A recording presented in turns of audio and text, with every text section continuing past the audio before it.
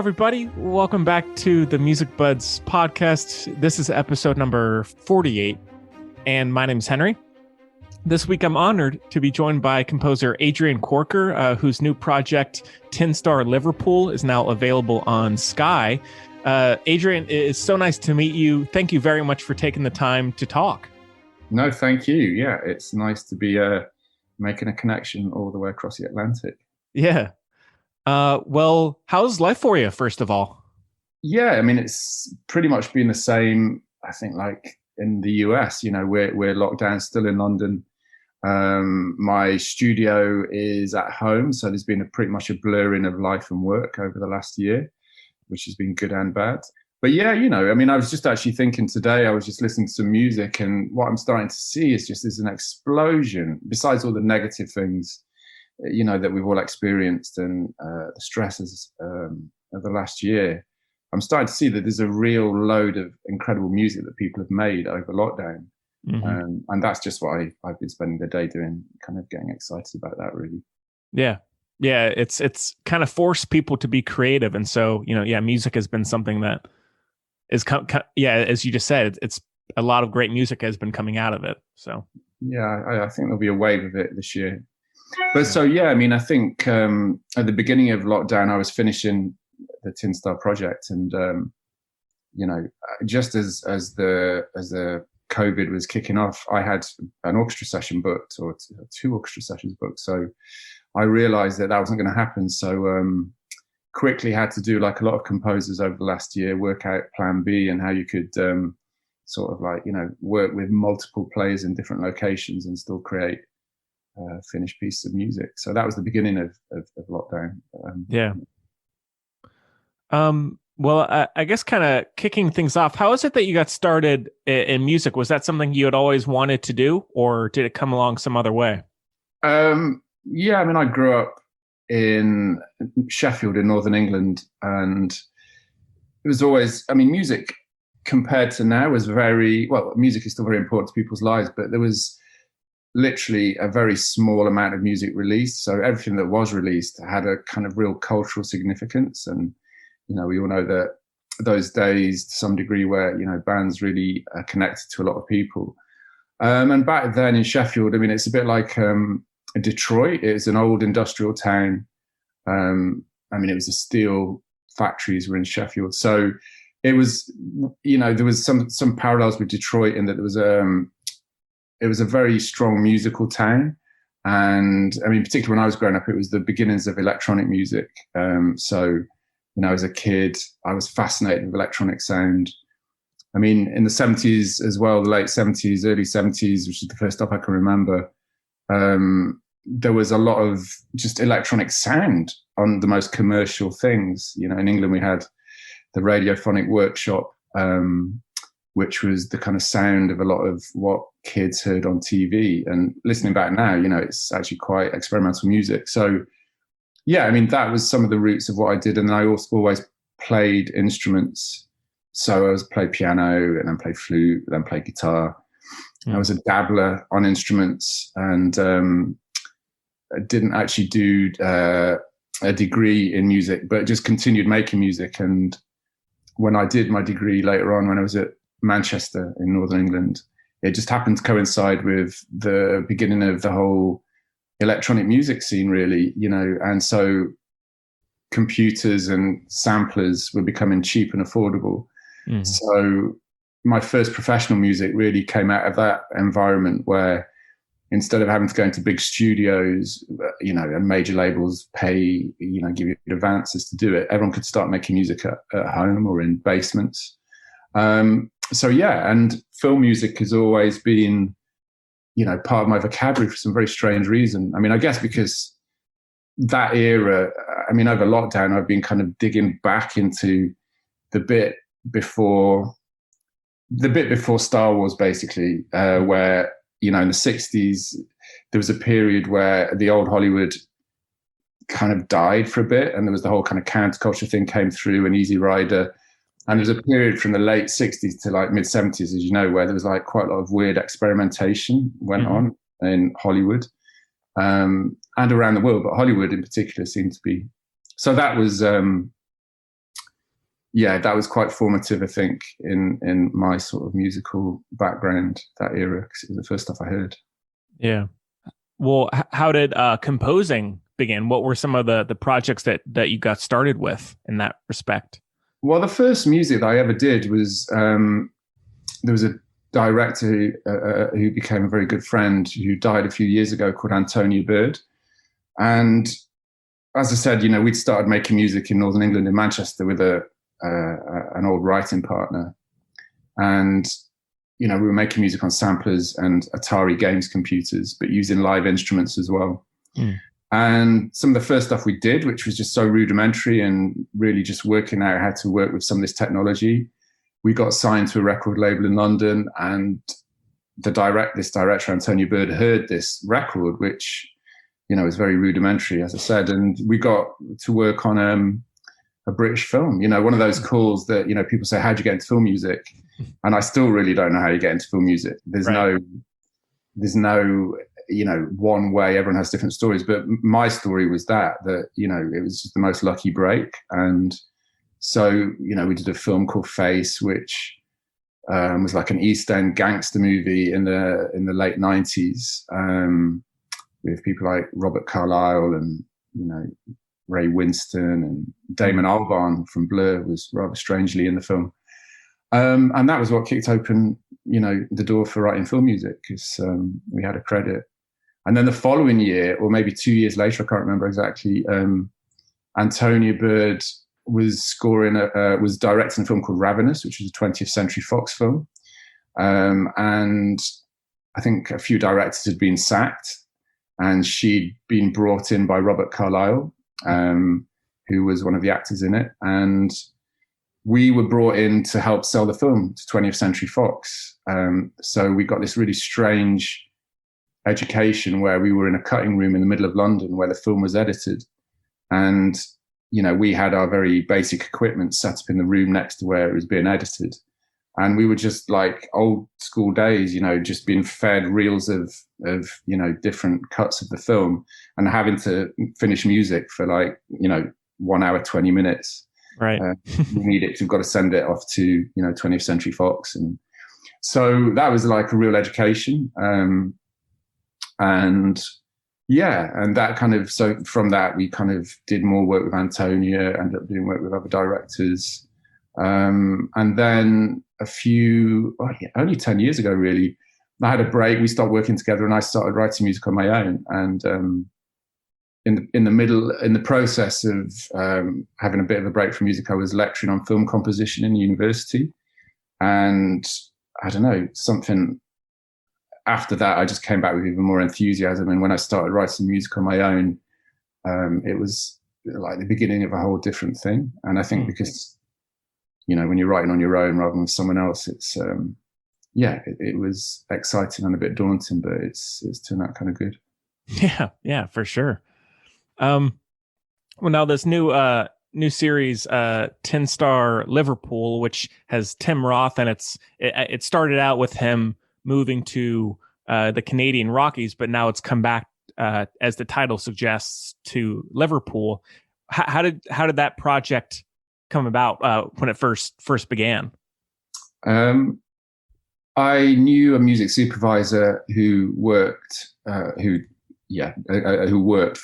Kudos, called Danny Layton, who's the production company who produced Tin Star, and he knew my work, and they were looking for someone for Tin Star, and I think I just done some music for a German art house film that was by a director called Florian Hofmeister, who's also a cinematographer, does quite a lot of work over in the US as well as in Europe. And, there was a review in Variety of this film, and it got me noticed again. And Danny asked me to just send some music in, and I did. I'd also worked on a British European art house movie, just finished it. So I sent a few cues in from that. And Rowan Joffe, who is the showrunner on Tin Star, he told me that he listened to it in the bath, and I can't even imagine how much other music there was to listen to, because I'm certain it wasn't just my music that was sent in. But he said he listened to it in the bath and just he heard it and he said, okay, this is the guy, you know. And I still, you know, really applaud Rowan for his imagination, because the music I sent him and what I eventually did for Tin Star has, you know, is very different anyway. And so, but yeah, that's how I got it. Rowan decided I was the guy. So then they all went off to Canada and shot the film, and I was just liaising via the internet and being fed, you know, sort of early cuts and sending stuff back. Yeah, so it just usually, you know, a bit like the Antonia story, just very kind of lucky. You can't say to people who want to get into composition, this is how you connect with that director or that showrunner to kind of get the desired effect. Yeah. And one cool thing thinking about like a show like this, I feel like working with a crime or a mystery series would be really exciting from a creative standpoint, because there is so much. There's drama, but there's also obviously there's mystery, and I feel like that would be kind of creatively stimulating to work with a kind of a story like that. Well, I think, you know, there's I mean, maybe too broad approach. Well, there's two broad approaches that I've had with film music, where, you know, a lot of films, for example, will have a mood, and you have to kind of settle into the mood with the music, and there's light and shade, but Tin Star was something that just really moved fast between very different worlds and different sensibilities. So, you know, you're right. Yeah, there's a lot of, I mean, there was, you know, definitely noir elements in there that were paying homage to kind of some of the, you know, old Hollywood noir films. And then there's the Western was in there as well. So obviously the landscape, even though it was shot in Canada, you know, there's definitely that scale. And then there was comedy, a lot of very black comedy, and you know, surreal violence, and so yeah, there was all these different things in there, and it means that musically, I just had to move through lots of different approaches and styles.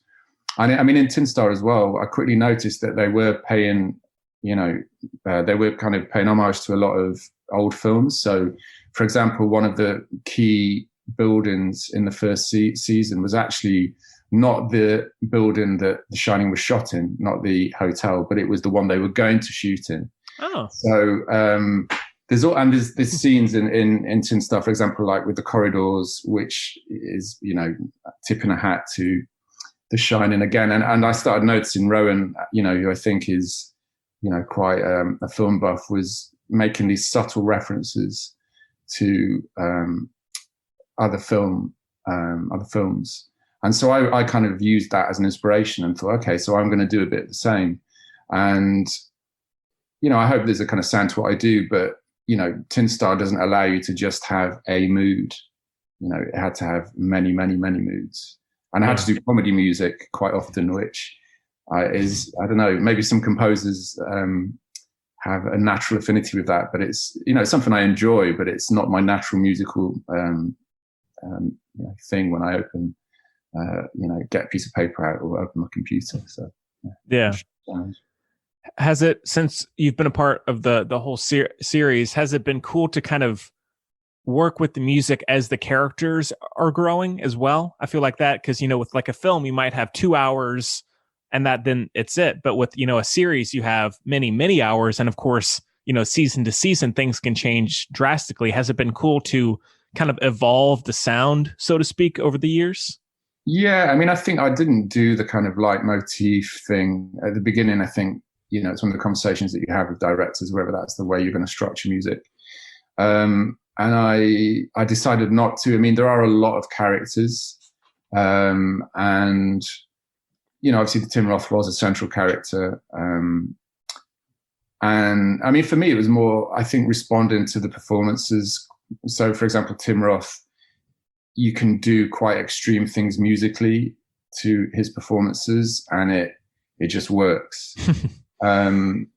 So yeah, but I think over 3 seasons, you know, you could take elements that you'd done earlier and develop them. I mean, obviously when it ended up in Liverpool, which is a totally different environment, obviously Western music is not going to work.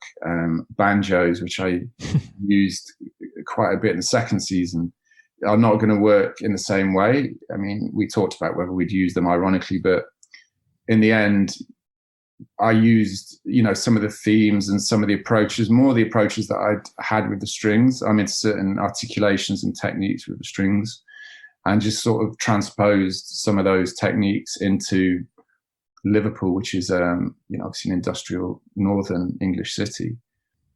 So yeah, and but it is really great when you have something that works over those three, that kind of time scale. Even though I think all three seasons are very different musically. The second season reminded me of that kind of 70s cinema that I mentioned earlier. And so I pretty much just recorded strings in rooms in air in London. And there was very little processing or electronics or, I was trying as much as possible to kind of have pieces that started and ended with performances. But yeah, third season, that wouldn't work. So it became a bit more of a hybrid. I used field recordings, working with Chris Watson, and just, many other elements, really. Yeah. And one thing I really do love about the music, not only the variety of it, but there are parts of it that are very, very textural, like it, and also regardless of what it is, it never overtakes what you're seeing on screen. It complements it. It's, and so I feel like that your musical style, it meshes with the story rather than overtaking it.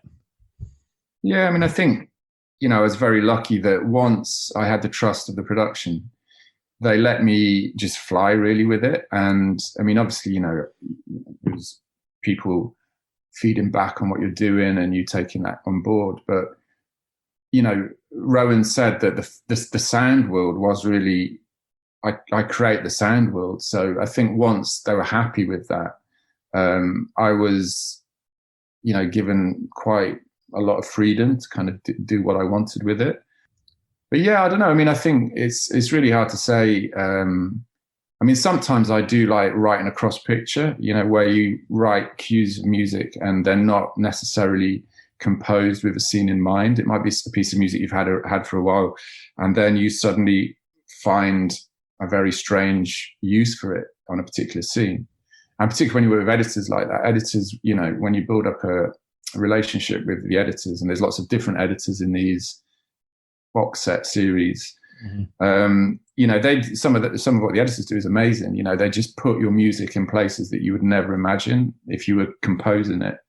So I think, it's a lot of these shows are definitely big group efforts in terms of how it eventually all sits with the picture. Yeah. There's music editors as well, even though I do a lot of the music editing. But yeah, I hope it works anyway.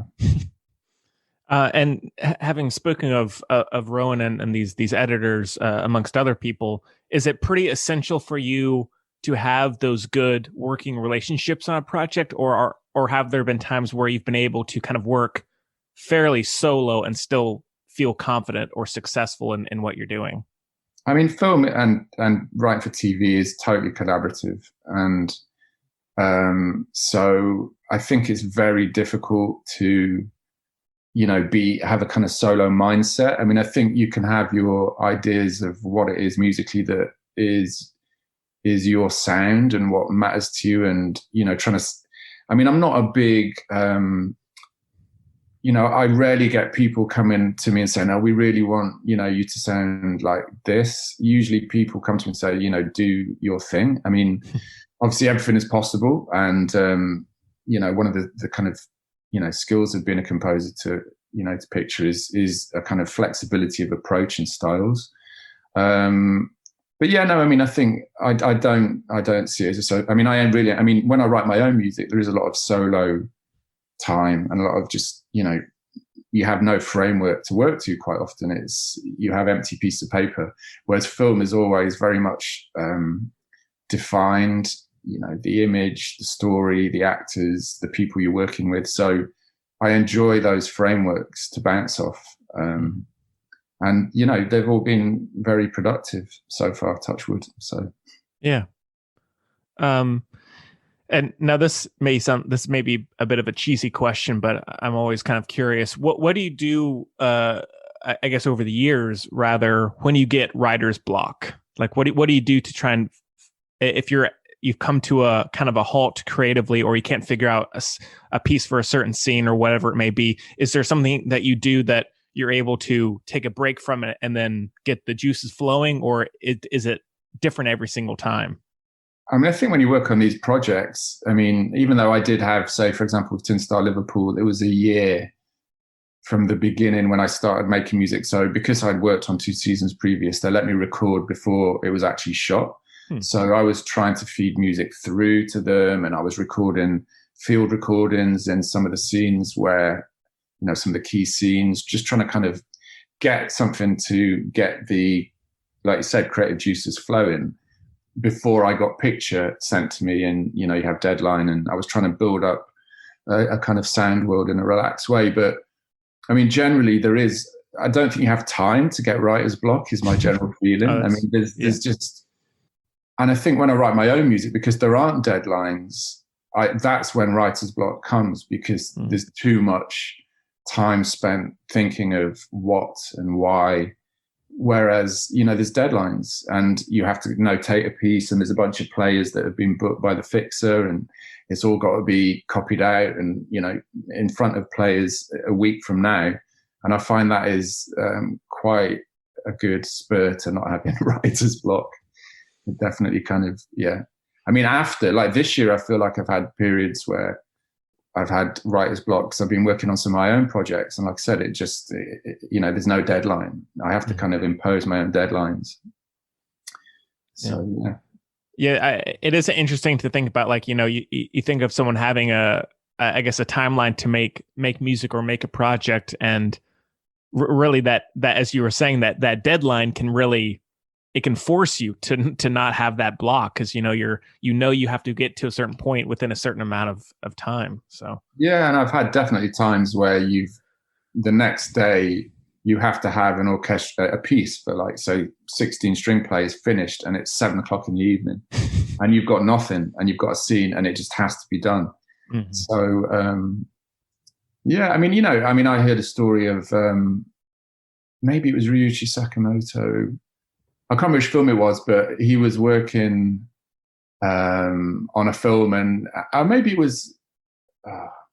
Anyway, he was working on a film, and he got loads of people sitting in a studio, and the director, which I think it was Bernardo Bertolucci, so it must have been The Last Emperor, he just said, "No, I don't like this," and all these players were just sitting there, and he didn't like the piece of music, so he had to write it there and then, with the clock ticking, with all the expense of it and the stress. And I think, for me, I do quite believe in that old school approach to be able to pull it out of the bag in those kind of moments. I mean, I know now with digital audio workstations and, we have endless ability to, do all sorts of amazing things to the sound.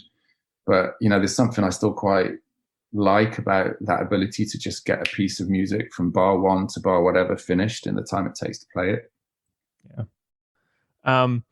Well, one other project I wanted to ask you about was Way of the Morris, which is this really cool documentary about Morris dancing. And one thing that immediately struck me about the music was that even just having listened to the Tin Star Liverpool soundtrack, is that the sounds are so vastly different. This one it's very festive, very bright. Was the process at all different for you working on a narrative series as opposed to a documentary film? Yeah, I mean, that was the first thing I did on my own. And Tim Plester, who's an actor, he's a friend, and it was a film that he was doing.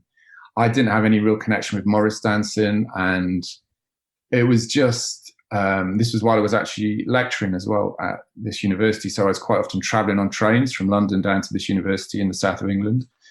And there was no budget for music. There was no budget for musicians, or very little. So it was literally a laptop and headphones done on trains. So that probably is why it's so different. And, obviously it's when I started on my own, I was beginning from scratch. So I didn't have a very big studio. I had very limited equipment, and I was using some of the same ideas that I had in Tin Star. So there was field recordings in that, and there's, I got sound from the wild track of the film and was putting it through, tape delays and, just kind of making the most of what there was there.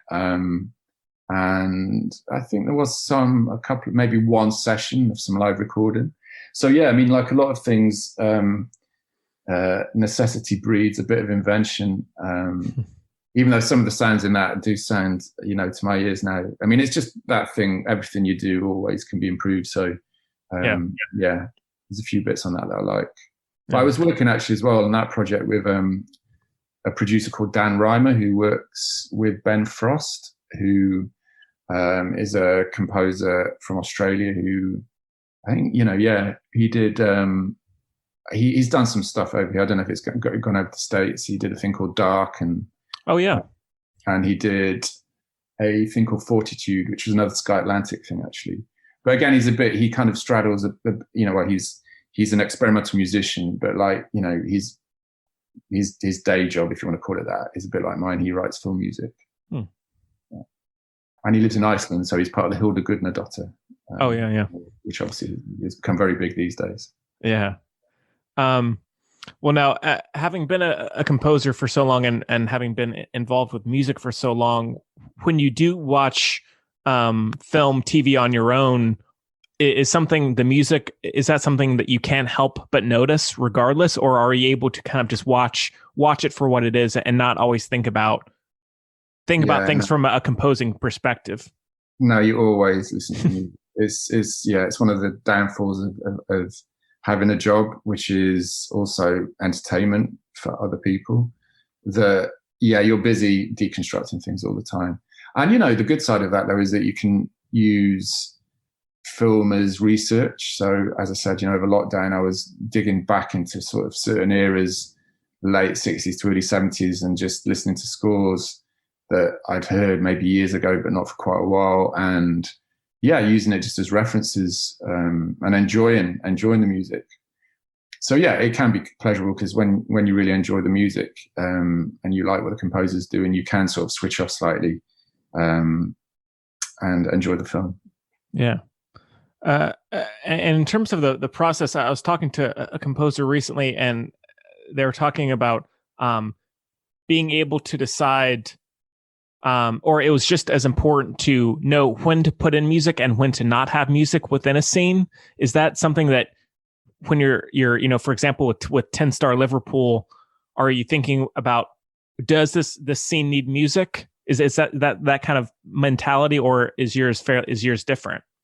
I mean, I prefer films that have less music. I mean, it's hard to make simplifications, but I guess generally films that have a strong narrative or a strong visual sense tend to use music less. I mean, there is a style these days where music is used to create a sort of a rush and an adrenalized state, and obviously there's a lot of music used to create anticipation, tension, and release. But generally, I mean, I try to not write too much music to picture, but I mean, Tin Star was, I felt at times a bit like a cartoon. I mean, I don't mean that in a bad way. I mean that the characters were so larger than life that the music kind of had to be in places as well. And at first, that was against my instincts. It's like, I want to be subtle, but actually then you really enjoy that. Again, it's like the beautiful thing of writing music to picture, that it pushes you sometimes to do things that you would not normally do. And in doing that, you learn something else musically. You learn about, a different way that music works. And so, I mean, Tin Star's got a lot of music in. And as I said, all of the music, second season was recorded. It was just all orchestra, wall to wall. Generally, all of the music I write is recorded in rooms. I mean, it obviously ends up in the computer, and is things can happen, or it can end up on a tape and be processed and then end up in the computer again. But generally the music is all recorded in rooms, and it takes time. I don't use samples as part of my compositional end process that much. I mean, sometimes you need to. So in a way, I prefer it when you have less music, so you can work more finesse into each of the pieces. But your job is to do what the picture demands. So that's not my call. Yeah, that's fair enough.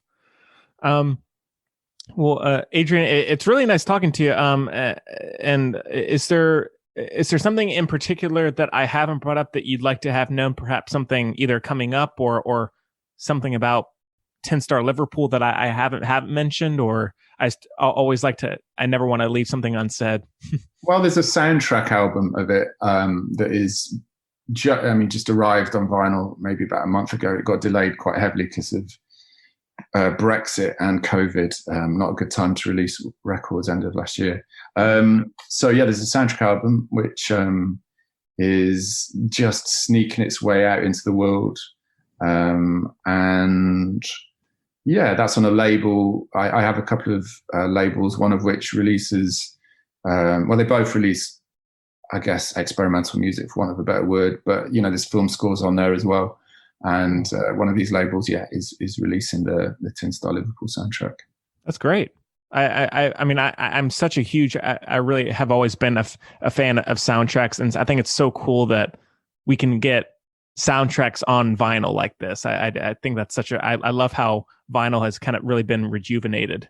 It has the last 5-10 years, maybe not even 10. Yeah, there's definitely a scene. And I think, like you said, a lot of soundtracks now are released on vinyl, which wasn't the case in the 90s and the early 2000s. So yeah, it's good. It's good from a composer's point of view. Yeah. Well, Adrian, thank you so much again for taking the time. I would love to get you back on some other time if another project rolls around and we can talk about some more things. Absolutely. Yeah. Thank you. My pleasure. And thanks for your time. Yeah. Thank you. No problem. All right, everybody. I think that is about it for the show this week. Please make sure to rate, review, and subscribe on your way out. Thank you so much. Make sure to check out my other weekly podcast, The Film Buds. You can also follow the podcast on Facebook, Twitter, and Instagram at The Music Buds. Check out themusicbuds.com. And yeah, we hope you enjoyed it as much as we did, and we'll see you next time.